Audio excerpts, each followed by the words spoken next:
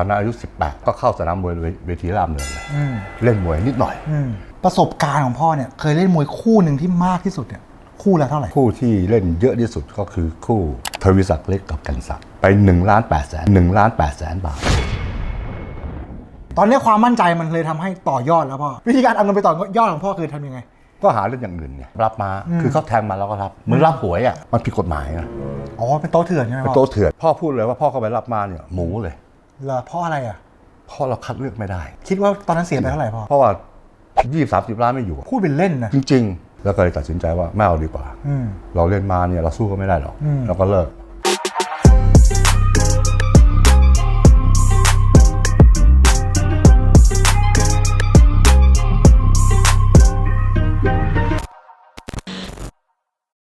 พอจากเรื่องม้าจบไปคิดว่าเล่นแล้วสู้เขาไม่ได้สู้ไม่ได้มันก็ต้องมีอย่างอื่นอีกนอกจากมวยมีอะไรอีกพ่อบาคาร่ากำลังคิดเลยตอนนั้นบาคาร่าเนี่ยมันจะเป็นการพนันที่อยู่ในบ่อนคาสิโนเช่นลาสเวกัสออสเตรเลียฮ่องกงคือมาเก๊านี่แหละนะฝรั่งเขาคิดขึ้นว่าเล่นแบบนี้จะแทงแดงก็ได้แทงน้ำเงินก็ได้นะแทงแดงเสีย 5% แทงน้ำเงินไม่ต้องเสียเลือกเอาซึ่งตอนนั้นแต่ละบ่อนเนี่ยก็มีการประชาสัมพันธ์เพื่อดึงแขกไปเล่นวิธีการที่เขาดึงแขกดึงยังไงพ่อโอ้โหมันเขาดึงข้อเสนอนี่น่าไปที่สุดวางเงิน10,000 เหรียญ10,000 เหรียญก็เท่ากับประมาณ50,000สมัยก่อนฮ่องกงก็ไม่เกิน 50,000 บาทไม่เกิน 50,000 บาทแล้วทุกอย่างจ่ายให้หมดทุกอย่างนี่หมายความว่าอะไรตั๋วเครื่องบินแต่สมัยก่อนตั๋วเครื่องบินก็ยังไม่แพงนะครับประมาณ4-5,000 บาทนี่ไปฮ่องกงเสร็จแล้วก็ต้องต่อเรือไปมาเก๊านั่งเรือต่อเรือเนี่ยเฟอร์รารี่มันไม่มีมันเป็นเรือที่จากฮ่องกงไปมาเก๊าเนี่ยต้องนั่งอยู่ในเรืออีก3 ชั่วโมงแล้วการกินเนี่ยโอ้โหมันให้เรากินแบบเศรษฐีเลยราชาแบบเศรษฐีคำว่าราชาหมายความว่าพ่อกินอะไรได้บ้างในบ่อนทุกอย่างเช่นเผาหูฉลามเหล้าใน XO เหล้าอย่างแพงอาหารอย่างดีเรียกว่าเหลาเลยไม่ใช่ว่ากินข้าวผัดไม่ใช่กินก๋วยเตี๋ยวนะไม่ใช่นั่นคือแรงจูงใจแล้วใช้เซนเอาอ๋อคือใช้เซนไม่ต้องจ่ายเงินสดไม่ต้องจ่ายตังค์โดยที่เอามันมีบัตรอยู่มาชิกก็แล้วก็เขาจะเอายอดนี้ไปเก็บไปทางบ่อนเองเขาบ่อนเองโรงแรมฟรีตั๋วเครื่องบินฟรีเรายังคิดว่าเอ๊ะเราเสียไป 50,000 บาทเนี่ยเราไปกัน2 คนนะไปกับไปกับพี่ชายตอนนั้นไปกับเสียแบนเนี่ยไปกัน2 คนคนละ 25,000คนละวันคนละ10,000 2 คนเพิ่ง100,000เอ๊ะแต่โอ้โหการยินอยู่ดีแล้วยังไม่รู้ว่าได้หรือเสียเรียกว่ากินอยู่ฟรีก็คุ้มแล้วเรายังไม่รู้ว่าได้เสียแต่เขาว่ามีกติกาว่าคุณแรก10,000คุณต้องเล่นนะต้องเล่นดิถ้าไม่เล่นไม่ได้ไม่ใช่ว่าคุณแรกปุ๊บแล้วคุณไม่เล่นเนี่ยไม่ได้นั่นแหละคือหลุมพรางที่เขาจะจ่ายชิปมาเนี่ย10,000เนี่ยเขาให้ชิปเป็นชิปตายไงครับถ้าเผื่อคุณไม่เล่นอันนี้คุณขึ้นเงินไม่ได้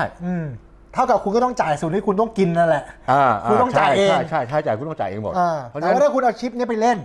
ก็ถึงจะหมุนเวียนแลก10,000นี้ให้หมดครับจากนั้นคุณก็เป็นอิสระจะอยู่ต่ออีก2 วันโดยไม่เล่นไม่ต้องเล่นก็ได้เพราะก็ไม่ว่า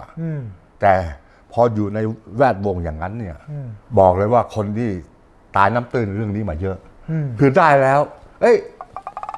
ไม่เล่นละอยู่เที่ยวอยู่ที่เขาเรียกว่าอยู่นั่งกินนอนกินแต่มันอดแวะไม่ได้ไงเดินผ่านทุกวันเขาสวยเว้ยเขาสวยก็เนี่ยก็มีคนมีนักเล่นเนี่ยที่เป็นแบบนี้อ่ะมาเยอะจนมีสุภาษิตเขาพูดกันตราบใดที่เข้าไปในบ่อนตราบใดที่ยังไม่ขึ้นเครื่องอย่าเพิ่งคิดว่าได้หรือเสียจนต้องกลับจริงๆต้องขึ้นเครื่องแล้วนั่นแหละคือรู้แล้วว่าวันนี้ได้เสียนี่คือสุภาษิตที่คนเล่นเขาพูดกันละถึงตอนนี้ครับพอเริ่มเข้าสู่วงการบาคาร่าแล้วเริ่มเข้าสู่วงการนี้โดยการเดินทางไปเล่นที่ต่างประเทศซึ่งต้องบอกว่าเดินทางไปต่างประเทศเล่นแบบถูกกฎหมายนะครับถูกกฎหมายไม่ใช่แอบเล่นในประเทศไทยใช่ไปเล่นที่ต่างประเทศพอเข้าไปครั้งแรกครั้งที่2ครั้งที่3เป็นไงพ่อโอ้โหมันตื่นเต้นแล้วก็มีความรู้สึกว่าตอนนั้นเนี่ยโอ้เราสามารถที่จะพาใครไปก็ได้ผมเองก็ไปโดยที่คนที่เราพาไปไม่ต้องเล่นเลยนะไปเที่ยวไปกินอยู่อย่างเดียวไปกินอยากไปลาสเวกัสเนี่ยพ่อนั่งเฟิร์สคลาสเลยนั่งเฟิร์สคลาสนะแต่คนที่ไปกับพ่ออย่างโบ๊ทก็ดีอย่างแม่ก็ดีครอบครัวเราเนี่ยที่ไปนั่งบิสเนสนะครับแล้วก็ไปอยู่โรงแรมชั้น1นะ ไปอย่างราชาแล้วขากลับอ่ะ ขากลับหมดนะมันจะหมดมากกว่าได้ เอาละพ่อตอนนี้ต้องบอกว่าพ่อเข้าสู่วงการนี้แล้วเรียกว่าเดินสายเล่น ไปแทบจะทั่วโลกออสเตรเลียก็เคยไปอเมริกาก็เคยไปฮ่องกงมาเก๊านี่ปกติเรื่องประจำเลย ไปบ่อยมาก เหมือนไปเชียงใหม่นะครับพอเล่นเข้าไปเรื่อยๆพ่อระยะเวลาในการเล่น มันต้องมีได้บ้างเสียบ้าง ก็ถูก ส่วนใหญ่แล้วได้หรือเสีย ถามว่าส่วนใหญ่ได้หรือเสียเนี่ยถ้าคิดเป็นครั้งนี้นะเพราะว่าได้เป็นครั้งมากกว่าเสียจำไว้อย่างหนึ่งเลยการพนันนะถ้าเผื่อคุณสามารถที่จะเล่นกำไรได้5 ล้านเวลาคุณเสียคุณต้องเผื่อไว้อีก3 เท่าแล้วคุณได้มา5 ล้านเนี่ย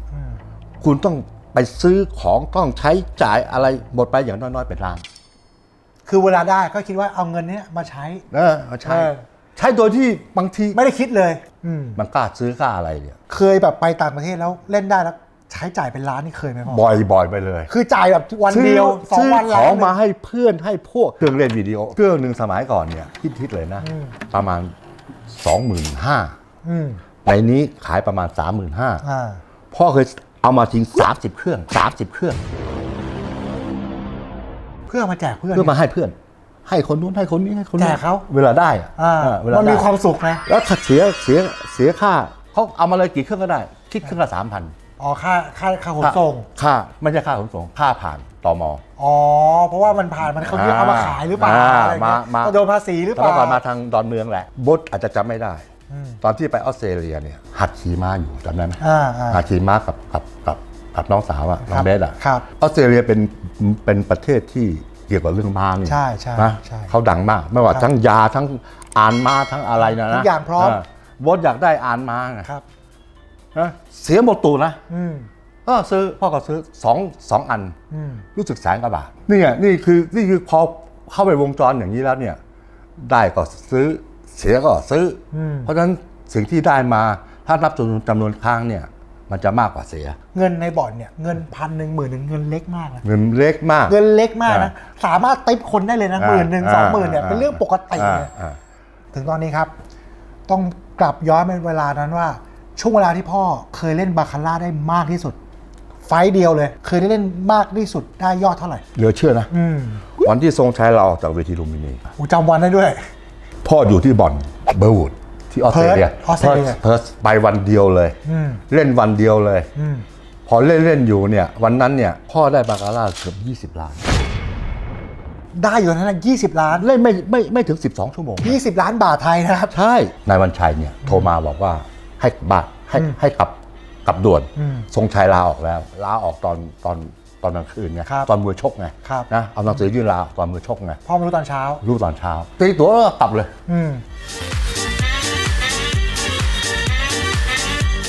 เอาละครับหลังจากที่พ่อเคยมีประสบการณ์เคยเล่นบาคาร่าได้มากที่สุดในชีวิตเนี่ย20 ล้านในไฟต์เดียวและประสบการณ์ที่เคยเสียมากที่สุดสำหรับบาคาร่าจนทำให้ต้องตัดสินใจเลิกเล่นเพราะอะไรถ้าว่าจะเสียมากที่สุดเนี่ยมันไม่มีนะคือก็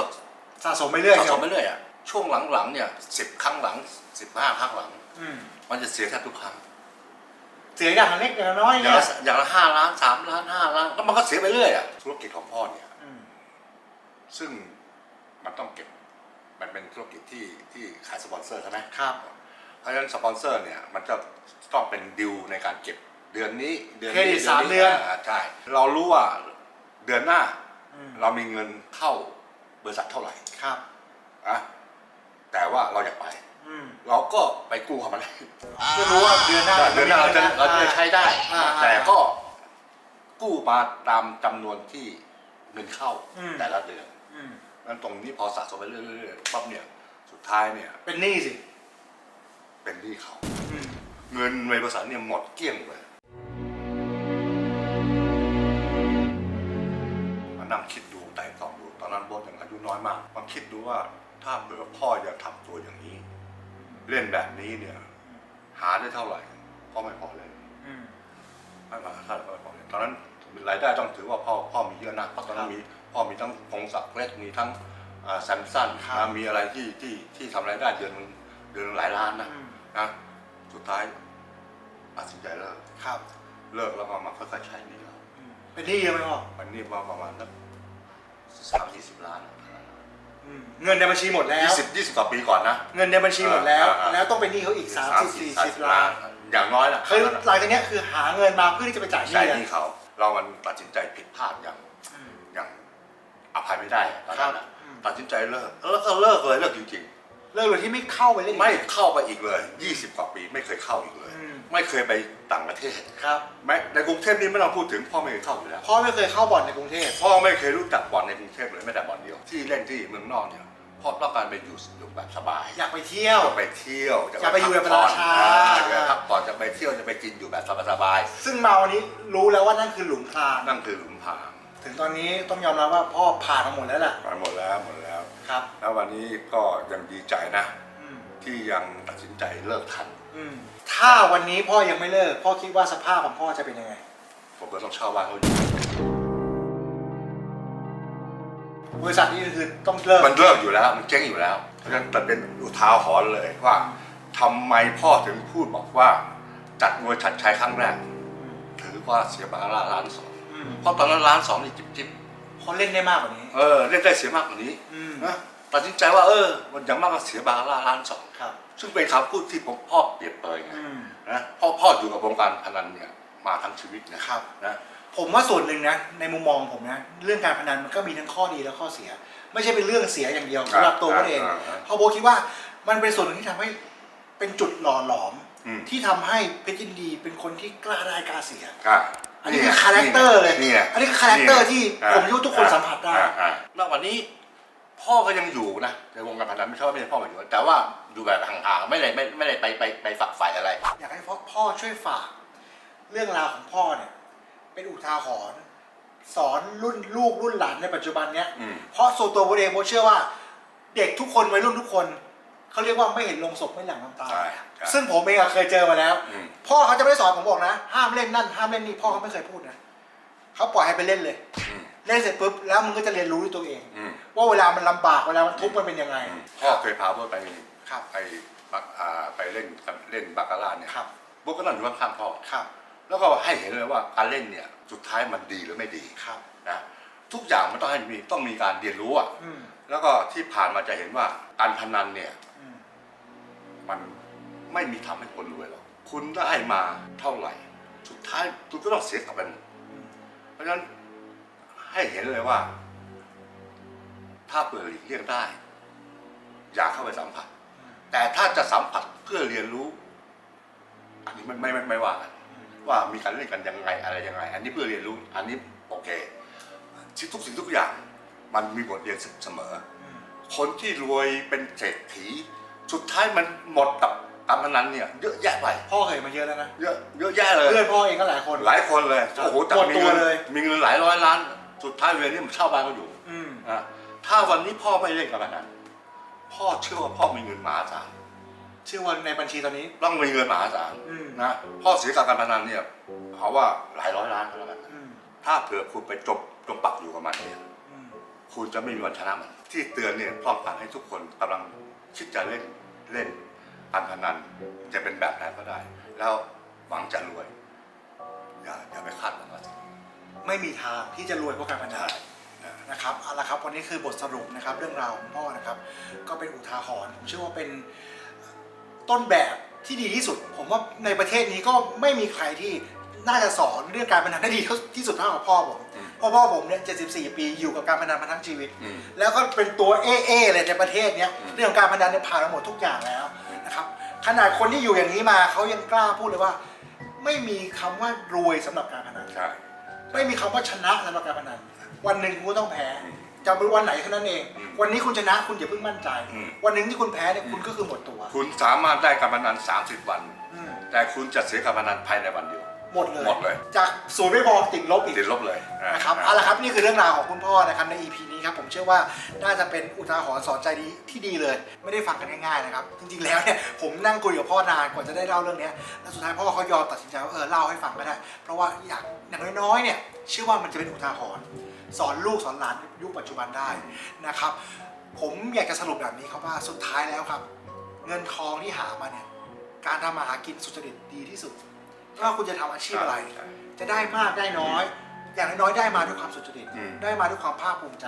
นะครับเงินที่หามายากเท่าไหร่ก็ยิ่งมีความภาคภูมิใจมากเท่านั้นแล้วครับอย่าไปคิดรวยทางรัฐ อยากไปคิดรวยเร็ว อย่าคิดรวยเร็วอย่าโลภ ใช่ใช่